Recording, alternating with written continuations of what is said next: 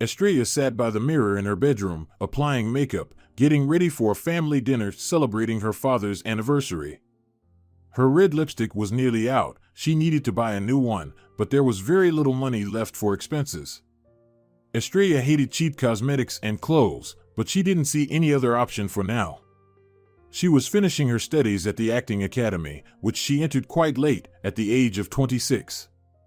Estrella earned money by taking home orders for custom-made clothing, a profession she acquired after school, which remained her only source of income at the moment.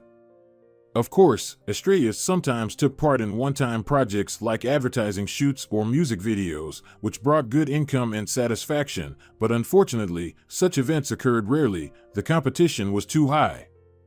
However, the girl didn't give up and continued to attend various castings and auditions regularly, as well as tried to attend various social events where she could make useful connections. All this took time and hit her wallet pretty hard. Estrella sighed and looked at herself in the mirror again. She looked beautiful, long hair cascaded gracefully below her shoulders, big blue eyes framed by long lashes, smooth skin with a slight tan seemed to glow from within. Estrella smiled at herself and went to get dressed. The dress she chose for the celebration was almost new. She had only worn it once for the presentation of a new film by the young but talented director Alejandro Salazar. Estrella sewed it herself from dark blue taffeta and decorated it with artificial black pearls. Dressed in the gown, the girl critically examined herself in the mirror. The outfit fit her perfectly, and Estrella once again marveled at her talent for a moment. Since childhood, she had been able to create wonderful things with her own hands. Of course, over the years, her skill had greatly improved, especially after completing sewing courses, but the ability to combine fabrics and decorations, as well as to choose the right style and cut, seemed to be innate in her. As far as she could remember, Estrella had been crazy about fabrics and rejoiced at any beautiful swatch that came into her hands. She had a whole stack of albums where she drew princesses in stunning outfits. Many said she could become a talented fashion designer, but Estrella knew that it required significant investment. And in their family, all the funds went to Carmelita, Estrella's twin sister. In childhood, the sisters were very close. They loved reading books with bright pictures, feeding squirrels in the park, hiding sweets and coins in the hollows of trees that they could reach. The twins always found 1,000 interesting things to do, and they didn't need anyone else. In the evenings, they hid under the covers and told each other scary stories, and then, terrified, they would calm each other down. Estrella felt that she had no one closer than her sister. But then everything changed. Their interests diverged. Estrella fell in love with drawing and other creative activities, while Carmelita became actively involved in sports, running, swimming, and playing basketball. Their father, a track and field coach, supported his daughter's endeavors. When Carmelita became passionate about tennis, he bought her everything she needed, including several sets of beautiful uniforms. On that very evening, Estrella decided to approach her parents to ask them to buy her a piece of silk fabric. She wanted to sew one of the dresses she had drawn in her album to participate in the school craft competition. But her father just shook his head. "It's too expensive, and I've already spent a lot of money on Carmelita's tennis gear." "But I really want to participate in this competition," exclaimed Estrella. "You should have mentioned it earlier," replied her father. "They only announced it this morning," retorted Estrella. "Well, it's just some competition, no big deal. There will be others." Her father waved it off, taking a newspaper from the table and scanning the headlines. "But it's important to me," whispered disappointed Estrella. "And what if you ruin the fabric?" intervened her mother, who was watering the plants in the room during their conversation. "I'll be very careful," promised Estrella. "And then where will you put your dress?" scoffed her mother, wiping the leaves of a large ficus. "You won't wear it to school. It will just gather dust in the closet." Her father nodded in agreement, loudly flipping the page of the newspaper. "But you bought Carmelita." Estrella almost cried out. "Your sister is pursuing something serious," her father cut her off, still engrossed in the newspaper. "She'll become a sportsmaster and will earn a lot of money, help us in our old age. Your dresses are just a waste of money." Estrella realized it was pointless to argue and prove anything to her parents. She rushed out of the living room and locked herself in her and Carmelita's room, which was empty at that moment. Her sister had gone for practice. Collapsing onto the bed, the girl cried from hurt. Then she took out her drawings from the desk drawer and tore them up. Since then, Estrella stopped drawing dresses and outfits, although they still haunted her in her dreams. When it was time to decide where to study after school, Estrella couldn't think of anything better and chose a course in tailoring and sewing, which she completed with distinction. After that, she got a job in a tailor shop and started doing custom clothing. Meanwhile, Carmelita traveled to tennis tournaments and won medal after medal. Newspapers wrote about her. She appeared on television. Carmelita became a real celebrity. A promising young sports star and a beauty that was hard to miss. She was invited to television shows, featured in advertisements for sports clothing, equipment, and useful supplements. That's how she met Gustavo Suarez, a popular showman, handsome, wealthy, and free. Their pair was envied by everyone, and Estrella was no exception. "Why does she always get the best of everything?" she asked with frustration, sitting in front of the mirror. "I'm not any worse. Maybe I'm even more talented." It was then that the girl decided on a change, submitting her documents to the acting academy. She, too, wanted to be noticed and recognized. Of course, the clients at the atelier constantly praised and recommended her services to their friends. Estrella never had problems with work. On the contrary, she was simply overwhelmed with orders. Everyone loved what she did. But for Estrella, it was not enough. Her sister's example made her desire more. Partly thanks to her striking appearance and personally tailored, extravagant outfit in which she came to the first meeting with the teachers, Estrella was accepted into the acting academy, and the girl immersed herself in a completely different world, full of ambitions and hopes. All of Estrella's classmates were significantly younger, but she didn't dwell much on her age and easily befriended them, especially with a girl named Mia.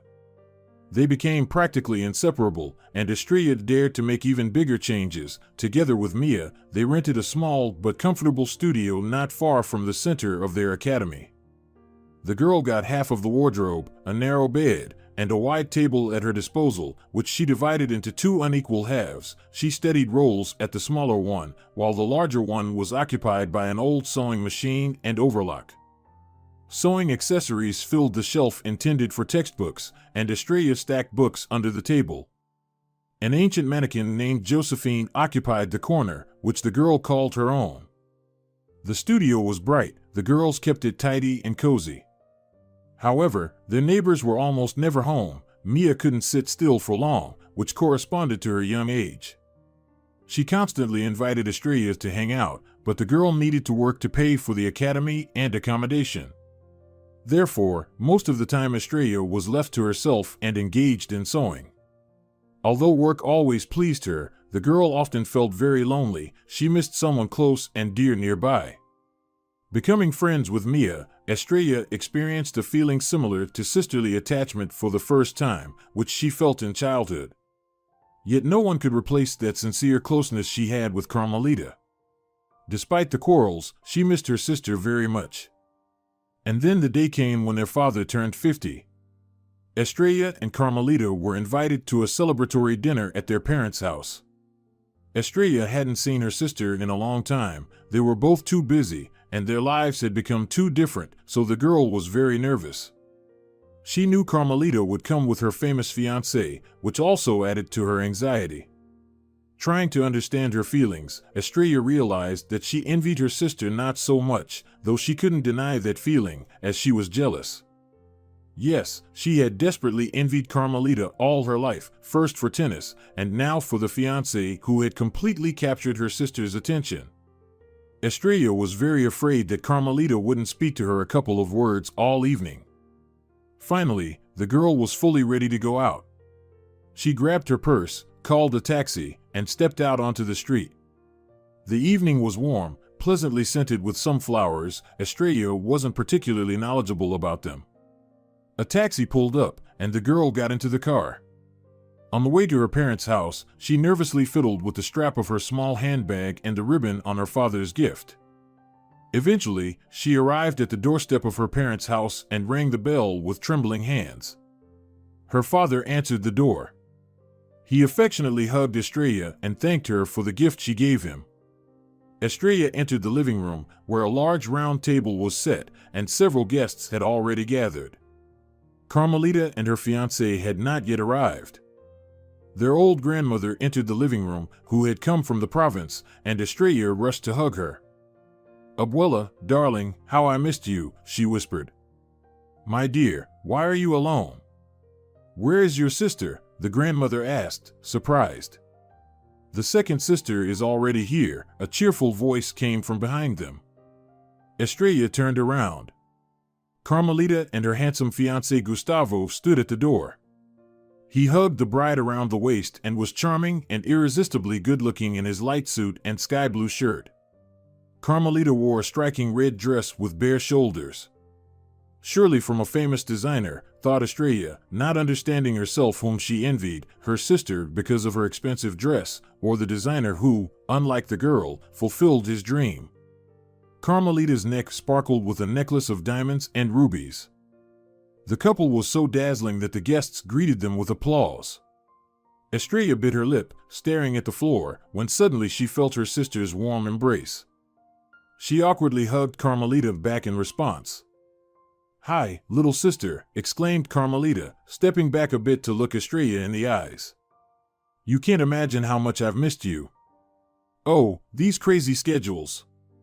And Gustavo suddenly felt like going on a week-long vacation to the islands. As she spoke the last words, she looked at her fiancé with adoration and love. "And how about you?" Carmelita turned to her sister again. Tears welled up in Estrella's eyes. Her life seemed too dull and boring compared to the fairy tale her sister found herself in, but she held herself together and replied as calmly as possible, "Wonderful. I just came back from a shoot," she unexpectedly lied to herself. Her sister looked her in the eyes and squinted slightly. She always did that when she was genuinely interested in something. "A major project?" she inquired. "Quite. But everything is still under wraps," Estrella clouded the issue. "Will it be shown on the big screen?" Carmelita continued to inquire. "They're not saying yet. But is the director at least well known?" Carmelita's eyes sparkled.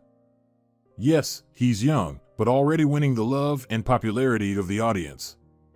"Could it be Alejandro Salazar?" gasped the sister. Estrella nodded, burning with shame deep down for lying again. But she couldn't help it. She wanted to make some impression on her sister. As it turned out, she didn't need to lie at all.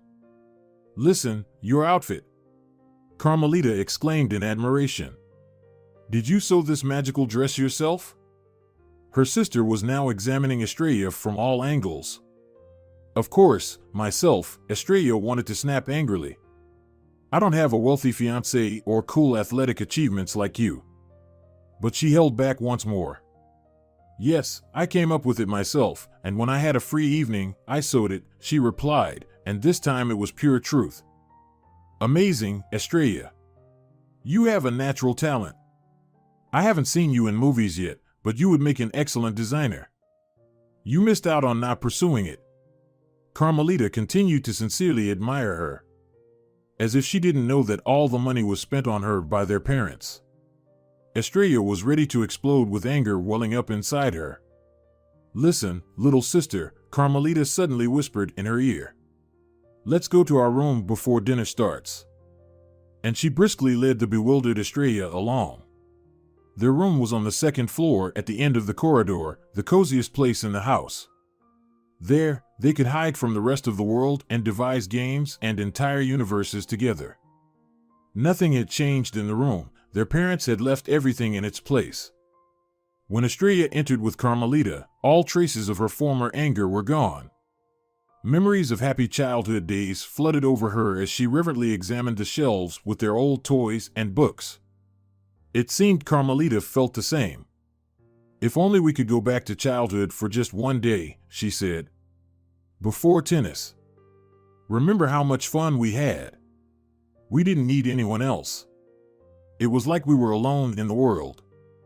"I miss that sometimes," Estrella admitted. Me too, Carmelita nodded. They both glanced at an old photo in a pink frame with hearts. They were 8 years old, each with 2 funny ponytails, standing arm in arm and smiling at the camera. Remember that morning? Carmelita asked nostalgically. We were looking for snails in the yard after the night storm. I'll never forget how scared I was of storms, and you too, even though you always pretended to be brave. Estrella nodded. Yeah, I had just found one of the fattest snails, and you made a face of disgust, and then Dad showed up with a camera, saying he wanted to take our picture, she recalled. Yeah, and you were holding the snail behind your back because, according to you, those creatures hate being photographed.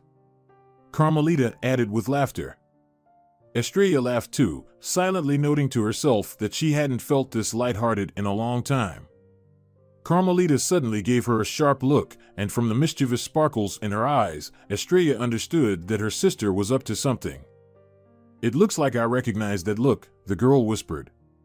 Carmelita smirked knowingly. What are you up to? Estrella asked, amused. Remember how we used to swap clothes in childhood to fool the adults? Carmelita said. Estrella nodded. Of course, she replied. And no one could tell us apart. Let's do that trick again now. Carmelita suggested. I really want to try on your gorgeous dress. Estrella was surprised but pleased. Of course, she would gladly try on her sister's designer dress and her diamond necklace as well. But common sense told her that it was a bit strange for their age. Are you sure? Estrella asked doubtfully. We're not kids anymore. But Carmelita had already unfastened the necklace clasp. Oh, come on, Estrella, don't be such a killjoy. Let's have some fun at this stuffy formal dinner, she teased her sister. And let's see if anyone here can expose us. In childhood, only Mom could barely do that. Reluctantly, Estrella agreed. Some inner sense told her it wasn't wise to get involved in one of her sister's schemes. However, Carmelita was unstoppable. They changed clothes and stood before the mirror, admiring themselves. Wait, you need red lipstick, Carmelita said, examining her sister closely. Let's see if there's anything in the drawer. She found her old crimson lipstick and applied it to Estrella's lips. There, much better, she said happily. So, newly minted Carmelita, shall we head to the table? She jokingly offered her elbow to Estrella, who took it. The game was starting to appeal to her too. Just make sure you don't kiss Gustavo. If anything, say you have a headache. Carmelita instructed, laughing. Estrella nodded. I hope this doesn't end in disaster, a worried thought flashed through her mind, but she pushed it aside. If she was going to play, she might as well play along. After all, she was training to be an actress. Let's see how good of an actress you are, teased Carmelita's sister, as if reading her thoughts. She opened the door, and they began to descend the stairs. The guests eagerly awaited their arrival. At last, our little stars have deigned to descend, proclaimed the father in a slightly mocking but good-natured tone. Now we can start dinner. The guests, chatting animatedly, began to serve themselves and sample the dishes prepared by their mother. Estrella sat next to Gustavo, who kept asking her what she wanted and refilling her wine glass. But Estrella couldn't swallow a bite, she was too nervous. Carmelita, on the other hand, felt right at home. She chatted with the guests, laughed loudly, and occasionally winked at Gustavo, who sat across from her. I think your sister is flirting with me, Gustavo whispered to Estrella. Sorry, but I somehow like it. With an effort, Estrella forced a smile. I see everything, darling, she whispered back, and he affectionately squeezed her hand. I'm only faithful to you, Gustavo murmured. Estrella was terribly afraid that one of the guests would approach her and ask about Carmelita's tournaments or her plans for the future. And it happened. Carmelita, where are you going next year? Uncle Pablo, father's brother, asked her. All eyes turned to the girl. Carmelita looked at her sister, mischief twinkling in her eyes. She was clearly enjoying their little game. Estrella turned pale, sweat breaking out on her forehead. She didn't know what to say. Carmelita, don't tell us you don't remember your schedule, or that your manager decides everything for you, her sister teased playfully, then proudly added, I already know what movies I'll be starring in for the next year. I have nothing but leading roles. After making this statement, Carmelita rolled her eyes dramatically. A wave of anger rose in Estrella. How dare she behave like this? Lying through her teeth, making me look like a fool, she thought. Well, she would get back at her for this. I think I'll take maternity leave, Estrella blurted out the first thing that came to mind, and immediately felt Gustavo's face tense up. Carmelita, too, lost her ability to speak, her eyes now shooting daggers. Victoriously glancing at her sister, Estrella apologized for briefly leaving the living room. As she exited the table, Gustavo didn't even flinch, he was so shocked by her words. However, when Estrella stepped out onto the terrace, Carmelita's fiancé followed her. Seeing him, Estrella became flustered. Darling, I want to talk to you, he said seriously. Estrella nodded nervously. What you said at the table, is it true? Are you pregnant?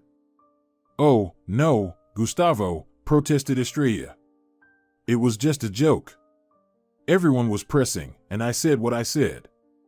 Perhaps the joke didn't land well. Gustavo tousled his short hair. Oh, thank God. What a relief. Then he anxiously looked into the girl's eyes. Carmelita, please don't think that I don't want children or don't plan on a future with you, no. Believe me, it's not like that. With these words, he took Estrella's hands in his palms. The girl felt awkward, standing there, holding her breath. I love you very much. And I want children, but not right now, a little later. You see. He paused for a moment.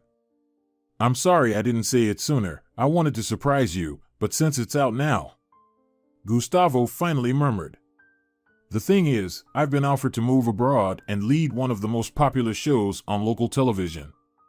You can't even imagine its budget. Besides, they'll provide me with a villa by the ocean, give me a prestigious car, you understand. Are you happy, Carmelita? Estrella nodded. So, Gustavo is leaving? Of course, she whispered in response. I'm very happy for you. Gustavo smiled at her with a charming smile and leaned in very close to the girl's ear. Perhaps you didn't understand. I want you to move there with me, Gustavo whispered. Several conflicting emotions immediately pierced Estrella. Firstly, intense envy. This handsome and wealthy man loves her sister so much and offers to move to the ocean with her, while Estrella has no one, not even a cat, to alleviate her loneliness. Life is so unfair. Secondly, Estrella felt jealous of her sister. Yes, jealousy awakened in her with renewed force. Gustavo wants to take Carmelita with him, and she, perhaps, won't see her for the next year, or maybe even longer. Thirdly, a wave of despair engulfed the girl that her sister would drift even further away from her. Pull yourself together, Estrella, the girl tried to calm herself, but it didn't help much. Gustavo was too close, it troubled her, but at the same time, Estrella felt her own strength. The fate of her sister and her fiancé was now in her hands. Oh no, I'm going to ruin everything now, screamed one voice in the girl's head. She deserves it, echoed another. Estrella felt sick, her head was spinning, her stomach twisted, and she felt like she was about to lose consciousness. And suddenly, she really wanted to kiss the man who was standing so close to her. This feeling came suddenly, and in her state, Estrella couldn't understand its reason, whether it was because Gustavo was irresistible, because of the enchanting scent of his perfume, or simply because she hadn't had anyone for so long. Why are you silent? The bewildered fiancé of Carmelita asked, and Estrella, unable to resist everything that was happening inside her, blurted out sharply. I'm not going anywhere with you. I won't abandon my family. If you want, go, but without me. And, breaking free from his embrace, Estrella ran into the house, then up the stairs to their childhood room. There she closed the door behind her and ripped off the diamond necklace from her neck. Tossing it onto the vanity, the girl kicked off her high-heeled shoes and began to remove the crimson dress. Someone knocked on the door, softly at first, then harder. "Estrella, open up, it's me," she heard her sister's anxious voice. In her anger, clad only in her underwear, she stormed towards the door and flung it open. Carmelita quickly entered the room and closed the door behind her. "What's gotten into you?" she pounced on Estrella. "Give back the dress," Estrella replied grumpily. "First explain to me what's going on. Why did you tell everyone I'm planning to have a baby? You're to blame for everything yourself. You shouldn't have started all this." Estrella exclaimed in desperation. "You provoked me. Why did you say I would be starring in major roles?" Carmelita looked at her sister with incomprehension. "It was just a joke. I didn't think you'd take it so seriously." "Relax, Estrella. Life loves lightness." Estrella shot a thunderous glare at her sister. "It's easy for you to say. Our parents always fulfilled all your desires. They bought everything you asked for. But I never got anything. Nobody ever encouraged my hobbies." Carmelita frowned. "It's not my fault I chose sports and succeeded in it. I worked hard and earned everything I have. You know how many hours I trained every week. How much effort and energy I put into sports. If you wanted to, you could have succeeded in your own field too. But you didn't even try." Estrella turned away to the window. "Nobody supported me. Father refused to buy fabrics." Carmelita approached closer. "You could have tried to save money when you got a job. But you didn't do that. You just gave up." Estrella's shoulders suddenly shook, and she burst into tears. "Maybe you're right, Carmelita," she said through tears. "You just betrayed yourself, Estrella," Carmelita said firmly. The sister turned to her. Tears streamed down her cheeks. "Yes, maybe. But I was never as strong as you." Carmelita said nothing. She silently went to the wardrobe and took off Estrella's dress. In complete silence, the girls got dressed, and Estrella was the first to leave the room. Downstairs, she ran into their mother. "Girls, where have you been? We were worried about you," she pounced on her daughter. "Mom, I'm leaving, I have a headache," Estrella said. "But I can give you a pill," her mother hastily responded. Estrella was about to politely decline when Carmelita's anxious voice came from behind. "And where's Gustavo? Has anyone seen him?" Their mother shook her head. "No, I thought he was with you. You were talking about something on the terrace." Carmelita cast a quick glance at Estrella. "Mom, forgive us, we'll be back in a minute," said Carmelita, grabbing her sister's hand and pulling her into the corridor. "What were you talking about?" she asked directly. Estrella just shrugged. She felt a terrible fatigue, her head really started to ache. All she wanted was to be home as soon as possible. "Where did he go?" Carmelita persisted. She seemed on the verge of hysteria. "I really don't know," Estrella lied once again for the evening. "I need to go." She hastily grabbed her purse from the hanger and rushed out the door. After walking a couple of blocks, Estrella stopped and caught her breath. No, she wouldn't think about anything. The only thing she would do is call a taxi, go home, and go to sleep. The next day, Mom called. "Estrellita, dear, Carmelita told me everything." "She's with you?" "Yes, dear. She's crying. Says Gustavo isn't answering calls." "He didn't tell you anything, did he?" "No, Mom," Estrella lied again. "Carmelita thinks he left her because of your stupid joke about the baby." "Probably so. He doesn't seem to want children," Estrella replied coldly. "Well, Mom, I have to go to class." After hanging up, the girl stared blankly ahead for a while. "I'm so awful," Estrella said aloud and smiled. For the first time in her life, she felt like she mattered, like something depended on her. Estrella felt strong, and she liked it. She sat in front of the mirror and delicately drew elegant lines on her upper eyelids with a black pencil. Then she painted her lips with bright lipstick. Satisfied with her reflection, Estrella stood up and approached the wardrobe.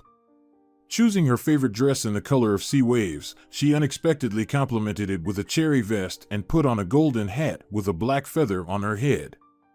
Then she took long golden earrings from the shelf and inserted them into her ears. She looked very unusual now. Her outfit was clearly not for lectures, but Estrella just shrugged and tilted her chin up.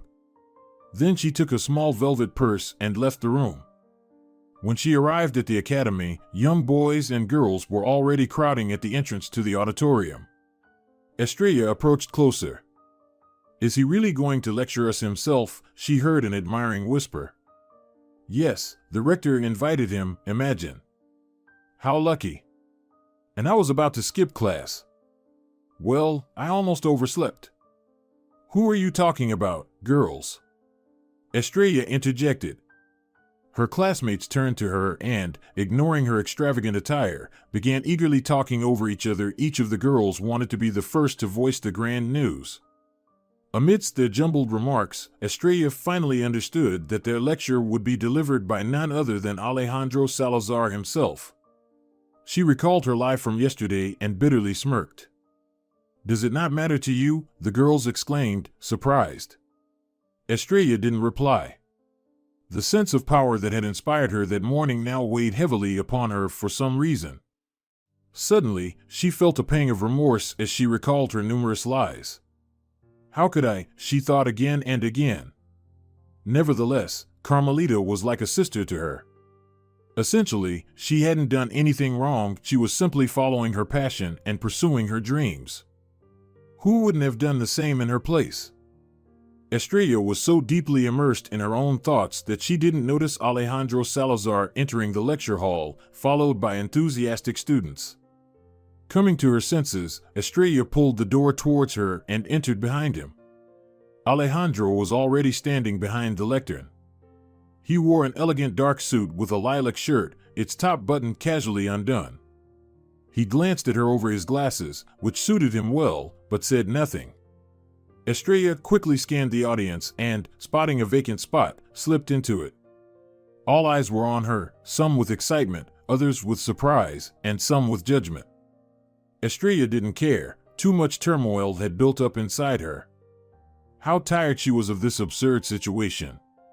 She felt an intense desire to drop everything and just leave. Where to? She didn't even know herself. But Estrella desperately wanted to escape to a place where nobody knew her. However, she realized that by doing so, she would betray herself again, succumbing once more to her weakness.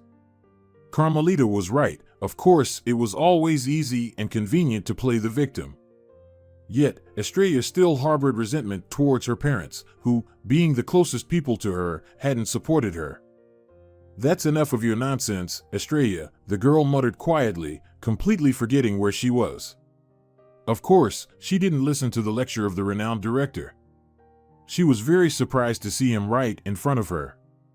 "It seems you want to share your thoughts, señorita," he asked. Blushing like a lobster, Estrella stood up from her seat and, stumbling, said, "I'm sorry, Señor Salazar, I got a little distracted," Estrella said quietly. "I see," he nodded, looking at her attentively. "It seems you're not quite here with us right now. Perhaps you're not feeling well?" "Oh no, Señor, I'm sorry, I just have some family issues, but I'll try to focus and listen to you more attentively." "Please do," Salazar nodded again and, giving Estrella a long thoughtful look, walked back to the lectern. "Why was he looking at you like that?" someone whispered from the back row. Estrella just shrugged. She didn't want to attract any more attention to herself. When the lecture ended, Estrella headed towards the exit, but Alejandro, around whom girls were already flocking, wanting to take selfies or get an autograph, apologized and caught up with her. "Excuse me, how should I address you, señorita?" he asked. "Estrella," the girl replied. "A magical name," the director reacted with a smile. "So, you're a little star." Estrella felt a surge of anger again, but looking into Alejandro's sincere eyes, she realized he wasn't mocking her at all. They stood in the hallway, students passing by, glancing at them with surprise, and Salazar, gently taking Estrella's hand, led her aside. "I just wanted to ask one thing," he whispered. "Your outfit, did you design it yourself?" Estrella involuntarily glanced at herself. Engrossed in her thoughts, she completely forgot what she had worn to the lecture. Now she felt a bit ashamed that she had boldly dressed up for the academy. "Yes," she modestly nodded. "I designed and sewed it." "So, you're a designer?" Alejandro clarified. "Oh, no." Estrella waved it off. "I'm just a seamstress." Alejandro stared into the girl's eyes intently. "But I see there's something more behind it.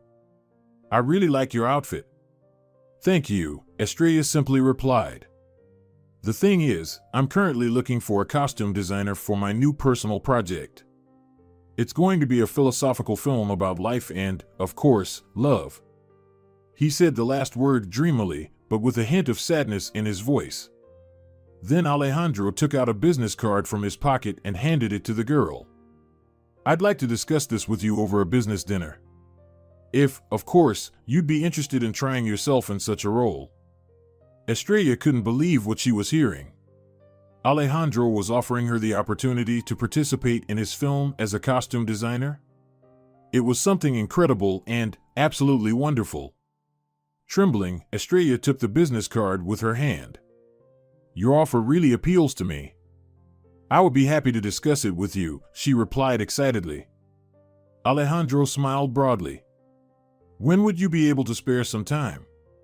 Today? Tomorrow?" Estrella wanted to shout that she was ready right now, as she had dreamed of something like this her whole life, but she restrained herself. "Tomorrow evening." "All right, then I'll call you during the day, and we'll discuss the details of the meeting." Estrella nodded.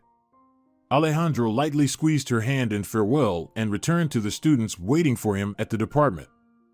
Estrella smiled and walked to the exit, tightly holding the business card in her hand, as if it were a happy lottery ticket. Returning home, she stared at herself in the mirror for a long time, recalling the events of the past few days. Life was a strange thing. For so long, she had dreamed of something bigger, and now, when a renowned director made her a business offer, she felt only tiredness. Yes, she was glad he singled her out among others, noticing her talent for creating clothes, and it certainly flattered her. But nothing more. Estrella thought of her sister. Did she feel something similar? Did all her achievements leave only a slight taste of victory, but overall, nothing changed? Carmelita had always been the same girl with whom they were so close in childhood. Realizing this, Estrella felt guilty, and tears of remorse flowed from her eyes. How did it happen that she caused her sister so much trouble by quarreling her with her fiancé? How could she be such a liar and selfish? She needed to urgently rectify the situation. Estrella wiped her tears and dialed her sister's number. She answered immediately, as if she hadn't let go of the phone all this time. Was waiting for Gustavo's call, Estrella thought. "Oh, Estrella, it's you," Carmelita responded quietly upon hearing her greeting. Her voice sounded lost and muted. "Can I come over now?" Estrella asked. "Come," her sister replied indifferently. 30 minutes later, Estrella stood at Carmelita's doorstep. A luxurious mansion of a delicate blue color sat on one of the wealthiest streets in the city. Estrella rang the bell, and Carmelita herself opened the door. She led Estrella into the living room, sat her on the couch, and sat down beside her. Carmelita didn't look well, her eyes swollen from crying, dark circles underneath. "I've hardly slept," Carmelita confessed. "Have you eaten anything at least?" Estrella asked with concern. Carmelita just shook her head. "I can't," she said. "You must eat," Estrella insisted. Carmelita looked at her suspiciously. "Why are you so worried about me? Last time we met, it seemed like you couldn't care less about me." Estrella lowered her head. "I'm sorry, Carmelita. It's all my fault." She expected her sister to lash out at her with reproaches and accusations, but instead, Carmelita burst into tears. "It's not your fault, Estrella," she struggled to say. "Everything happens for the best." "What do you mean?" the girl asked, surprised. "He left when he thought I wanted a child," Carmelita said through tears. "Let him go to everyone. Why do I need a man who doesn't want children with me?" And Carmelita cried aloud. Estrella wanted to hug and comfort her, but she couldn't move. She was in some kind of stupor. "It's all because of me," the same thought flashed through her mind. She had to confess. Right now. Gathering her courage, Estrella spoke. "Carmelita, listen. It's not about that." "Then what is it about?" Carmelita exclaimed angrily, still not looking at Estrella. "She will hate me as soon as she hears the truth," the girl thought fleetingly. "And she'll kick me out of her house. No, not just out of the house. Out of her life. Such things aren't forgiven." Suddenly, Estrella remembered their childhood closeness with a pang of longing, something that remained forever in the past. There was no point in beating around the bush, she herself had cooked up this mess. "Carmelita, he didn't leave because of the baby," Estrella said firmly, closing her eyes and blurting out, "He left because I, or rather you, as he thought, refused to move abroad with him." Carmelita looked at Estrella with a look full of despair. "What?" "They offered him to host some foreign show, very popular. He told me that on the terrace." "And you refused?" "But..." Carmelita was so shocked she couldn't find the right words. "I'm sorry. I was very angry with you," Estrella admitted. "And I was also jealous and envious. And I was very afraid of losing you forever." "Oh God," Carmelita whispered. Estrella straightened her back. "You have every right to hate me," she whispered. There was a very quiet moment for a few seconds. Then Carmelita leaned closer and hugged her sister. "Estrella," she whispered. "And you forgive me. I was such a selfish person. I always only thought about myself. I knew how much you needed parental support, but I took it all upon myself. Actually, I envied you a little too. I remember, I dreamed of drawing as beautifully as you, but I couldn't do anything right. And then I started actively doing sports just to be better than you at something." Estrella couldn't believe her ears. "Are you serious, Carmelita? You envied me?" "Of course," nodded the sister. "Because you have natural talent. And I was always just ordinary." They sat hugging for a long time, each lost in her own thoughts. Then Estrella looked at her sister and whispered, "I love you very much, Carmelita." Carmelita nodded gratefully. "And I love you, my little star." Upon hearing this, Estrella burst into tears. Carmelita used to call her little star only in childhood. The next day, Alejandro invited Estrella to a cozy restaurant in the city center. It was located near her studio, so she didn't have to take a taxi. She wore the same dark blue dress with pearls that she wore at the family celebration, styled her hair beautifully, and applied bright lipstick. As she was leaving the house, she received a message from Carmelita. "We've made up with Gustavo. Everything's fine. Good luck with Salazar." Estrella smiled.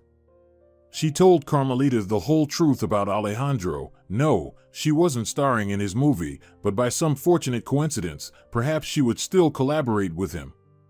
Carmelita was very happy for her sister. The young director was waiting for Estrella at the table. When she sat down, he offered her to order something, but the girl refused, explaining that she wasn't hungry. Alejandro asked the waiter to bring some light snacks and lemonade, and then turned to Estrella. "You look lovely," he said. Blushing, the girl thanked Salazar for the compliment. He began to talk about the film, and Estrella noticed the passion in his eyes. She liked this person, and his idea resonated with her.